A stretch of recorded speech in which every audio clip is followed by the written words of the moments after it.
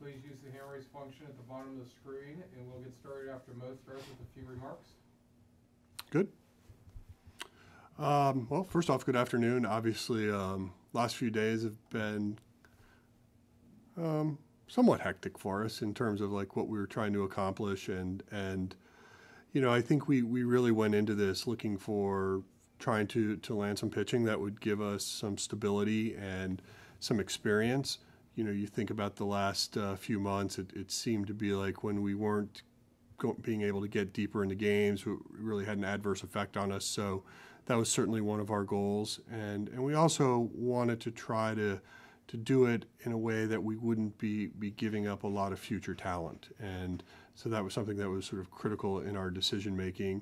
And needless to say, you know, obviously today we felt like we took a couple steps forward without having to sacrifice our future. So, you know, overall, you know, we still want to compete. Hopefully we can get on that run and make a little noise still in the Central. First question, Jim Hayes, Bally Sports Midwest. Hey, Mo, were you guys at all close to landing any other kind of deal with it? I know you were pursuing other things too. Were there any times where you thought you were close to maybe heading in another direction outside the guys that you ended up with? Yeah, obviously it's a sort of vague question, but and I can't get into specifics on like where we were, who we were chasing, and all of that. But yeah, I mean, there were multiple times we thought we were getting closer on some things, and that over the last really 48 hours just didn't happen. And you know, when we got in this morning, I thought for sure we were going to end up with someone, and that didn't happen, and so we ended up where we were. But as you can imagine, in this type of business and in these types of time frames, you do throw a lot of different things up against the wall, seeing what might stick. And for us, you know, we still believe in this team, but we also still believe in where we're going next year. And so that was, you know, critical in our decision making. Thank you. Katie Wood, The Athletic. I'm curious to see how the team plans on implementing Hap and Lester here in the rotation and what it means for Jake Woodford. What's the blueprint, I guess, on how these pitchers in the rotation will shape up over the next couple of weeks until Miles and Jack potentially return? Well, I think for us is it adds immediate depth to our rotation. Obviously, both guys will be given a chance to start. In terms of what it means for Jake, that's still a TBD. You know, obviously we do have an off day on Monday, so we can hit the reset button on how we want that rotation to look. But, you know, I think for now, you know, the thought of that was, again, just bringing some people in that could give us those innings, and hopefully that allows us to, again, stretch out that bullpen to where we're not putting too much pressure on them day in and day out. I think the main focus that you made pretty clear over the last month is getting durable arms and inning eaters, and you can potentially get that with Hap and Lester. Is this kind of I know their numbers haven't reflected much success over this season, but is the plan here to kind of turn them into a Wade LeBlanc-esque kind of starter where they, you know, they can get 5 innings or so and hopefully turn over to the bullpen from there? That's sort of the baseball model right now, right? Like how people are using starters. But I also think, you know, taking two guys that can take advantage of this ballpark. Obviously, it's a pitcher-friendly ballpark, and hopefully that allows them to have more success as part of the equation as well. But yes, I mean, ultimately, when you look at where we were, you know, a month ago or a month and a half ago, we were having trouble getting into the second or third inning, and that just was putting an enormous amount of stress on different areas of our club. And so, you know, ultimately, we hope that not only can they give us those innings, but it also brings a little bit of veteran leadership as well into that clubhouse and guys that have had success at a high level. Thank you. Derek Gold, St. Louis Post-Dispatch. Mo, given the price that we saw on the market, was it mostly rentals that you were looking at, mostly guys that you'd only have through the end of this year? You know, I think one of the things that we were focused on was to try to see about if there could be something that we could key in on for 2022 or beyond. But I mean, as you could see, that wasn't really something that was available. I mean, there were a couple players that were moved that had that type of control, but I think you saw what the price was to get that type of player, and for us, it just didn't make sense. You know, you can argue how you view our top 5 prospects at the minor league level, but we just didn't feel like moving any of them made sense for these types of deals. So, you know, ultimately we did turn to more of getting through the 2021 season, and that's where we settled. You touched on it a little bit. Is this a case where do these moves make your team better, or is it just a matter of where it stops it from getting worse? No, I hope it makes us better, first off. Secondly, I think it also allows someone like an Oviedo to continue to develop and not do it at a major league level or in that pressure cooker, and allow him to grow at a more natural pace. So I think it takes a little pressure off others. It allows us, I think, to, again, when you look at putting a major league team on the field, sometimes it's nice to know you're running someone out there that's been there and done that. And I think now we see that. Last question I want to ask you. These are a couple of guys who were available as free agents this past winter, and you were very confident in the pitching depth that you had.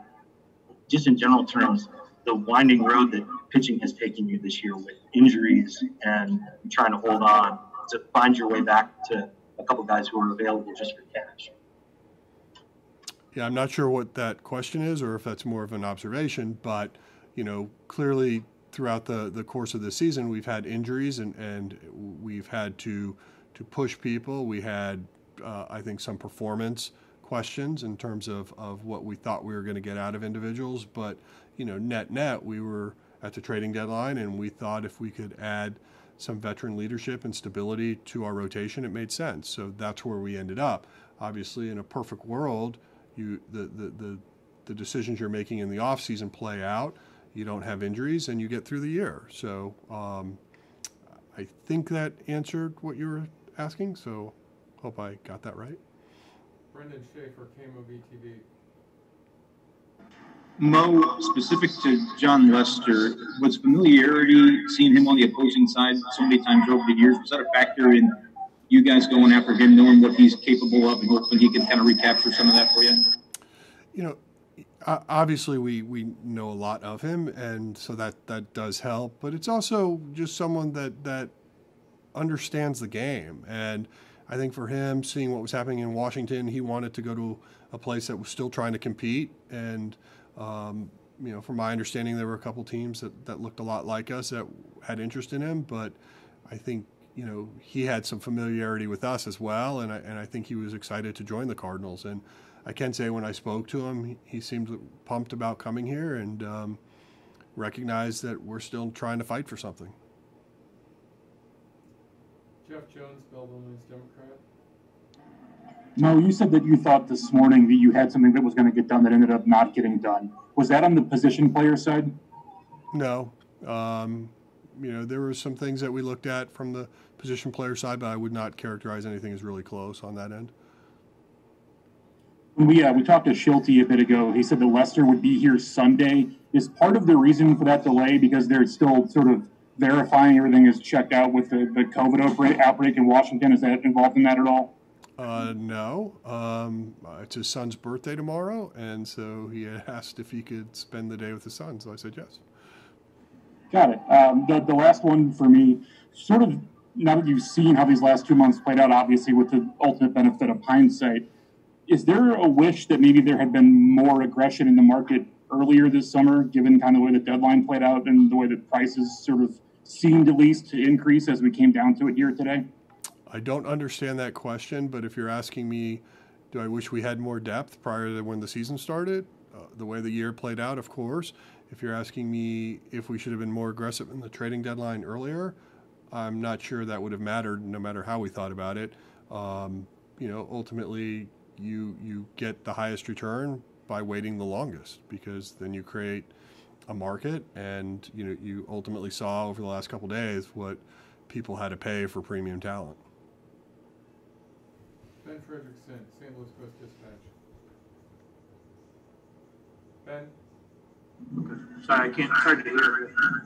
Mo, just, I know you don't comment on the individual discussions you've had, but sometimes you've addressed reports of players when they come out. Did you guys have any interest in discussing Trevor Story, or were there any conversations you had leading up to the deadline about potentially adding him? You know, not talking about specific players, but, you know, clearly when you're looking at you know, premium talent and what was being asked for in the market, it was just not something where we were looking to give up one of our top 5 prospects. You know, again, we as an organization are very much focused on continuing to try to find ways to win, not just this year, but in the future. And, you know, for us, we're pretty excited about what we have coming. But in terms of like specifically talking about individual players that may or may not have been traded over the last 48 hours, it was something like, you know, it's our responsibility or my job or my team's job to, you know, touch base with lots of teams and make sure we understand what the ask might be or the cost might be, and then internally we decide if it makes sense or not. So I know that's not a great answer to your question, but you know, I can tell you that, you know, from A to Z, I think we try to make contact with people. Do you have thoughts on what happened in Chicago? I mean, you guys went toe-to-toe with that team for a long time, and now it's going to look drastically different. Just thoughts on what took place there today? You know, obviously a lot different approach, but they were in a place where they had a lot of expiring contracts, and they had to make a decision on how to best handle that. I think they did very well from what I could tell from their return on those. So that's not great news, because in time those kind of players end up playing in the big leagues. But you know, when you're looking at our division, it's still very competitive, and you know, you have one team that's turned the page now to 2022, and there's a few of us that are still worried about 2021. Benjamin Hockman, St. Louis Post-Dispatch. Hey Mo, we asked Mike Shildt the other day. I was going to ask you, now spinning it forward the rest of the season, what are some things that the St. Louis Cardinals must do to, I hate to say just win more, but like get winning streaks and climb up the standings? Yeah, obviously this club has struggled to find that sustained success or that, you know, long run really since April. So I think, you know, what we've seen over the last couple weeks is when we've had, you know, quality starting pitching, it has ended up with more positive outcome. But, you know, I think from an offensive standpoint, you're finally seeing an outfield that was envisioned last offseason, all playing together, and their production looks like it's going in the right direction. I think, you know, overall it comes down to simply just playing good baseball, meaning get good starting pitching, quality bullpen, solid defense, which we still believe we have a good defensive club, and of course timely hitting. And, you know, I think all of those things have been a focus at some point or another during the season, and now you've got to put it all together. We've got 2 months, so we'll see what happens. All right, thank you, Mo. We will try to make Jay half available before the end of batting practice. If not, we'll try to get him